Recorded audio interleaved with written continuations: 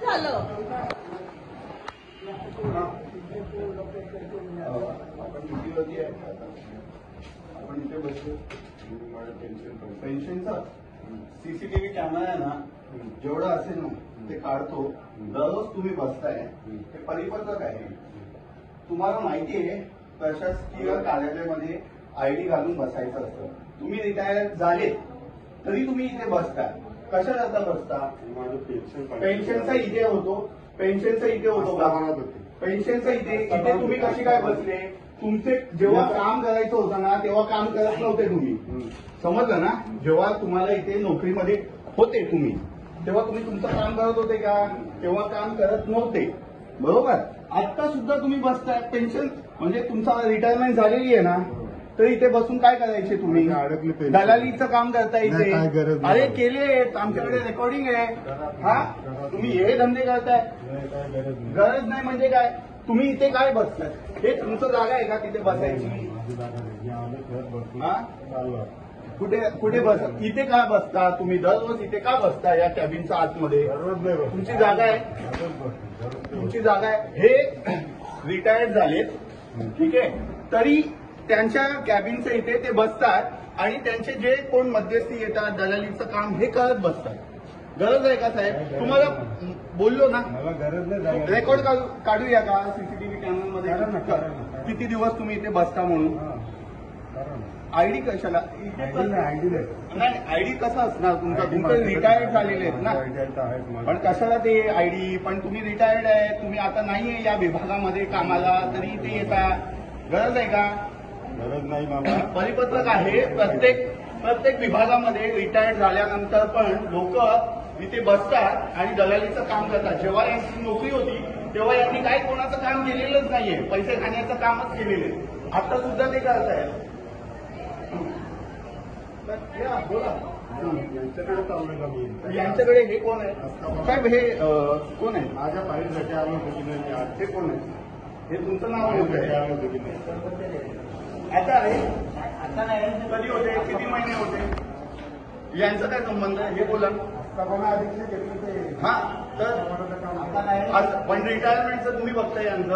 यांचं काय पीएफ काय पेन्शन अडकलंय तुम्ही करणार होते तुम्ही जबाब देता तुम्ही रेकॉर्डवरती जबाब देता साहेब रेकॉर्डवरती जबाब देता का की तुम्ही यांचे कामं करत होते मला त्याचे डॉक्युमेंट रिलेटेड असं दाखवा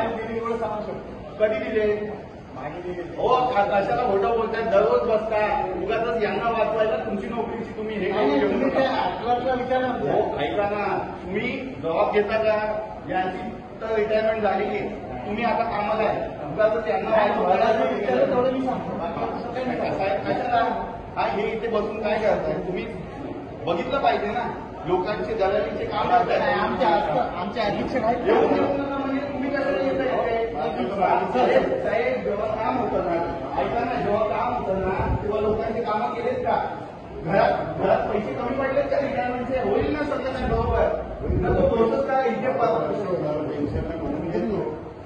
म्हणजे आता कोणाचं पेन्शन मिळत नसेल तर लोक येऊन इथे काम करतात हो साहेब असं असेल ना तर तुम्ही पगार जेव्हा घेत होते ना तेव्हा व्यवस्थित काम करायला पाहिजे जेवढे तक्रार आम्ही दिलेत ना त्याच्यावरती तुम्ही कारवाई नाही केली आहे आता सुद्धा दुसऱ्याचे जे फायली असतात ना त्याच्यामध्ये मध्यस्थी करण्याचं काम तुम्ही करता रेकॉर्ड आहे आमच्याकडे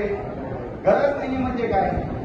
हे प्रशासनाने का काढले माहितीये का तुमच्या गावातील लोक इथे बसतात ना म्हणून काढलेले आयडी घातलं पाहिजे तुम्ही पळून न जाता आता प्रत्येक विभागामध्ये मी तुम्हाला सांगतो प्रत्येक विभागामध्ये ना एक अधिकारी असा असतो तो रिटायर्ड झालेला असतो निलंबित असतो पण तो त्या जागेवर बसतो लोकांना ते कळत नाही ते मध्यस्थी करतात त्यांच्याकडून पैसे घेतात आणि हे सगळे दलालीचे कामं करतात इथे जेव्हा त्यांची नोकरी होती ना तेव्हा ते काम करायला पाहिजे होतं ना ते सोडून आता बघा प्रत्येक दररोज ते त्या कॅबिनमध्ये बसतात दोनदा त्यांना सांगितलंय साहेब तुम्ही इथे का बसताय तरी सुद्धा नाही आमचं काम आहे खोटं बोलताय आम्ही ऑन डॉक्युमेंट त्यांचे पूर्ण पुरावे आम्ही सादर करू आणि हे परिपत्रक आहे प्रत्येक पोलीस हे तुम्हाला दाखवतो या परिपत्रकमध्ये असं म्हटलेलं आहे की सरकारी कर्मचारी जे कोण असेल त्यांनी आयडी घालणं हे बंधनकारक आहे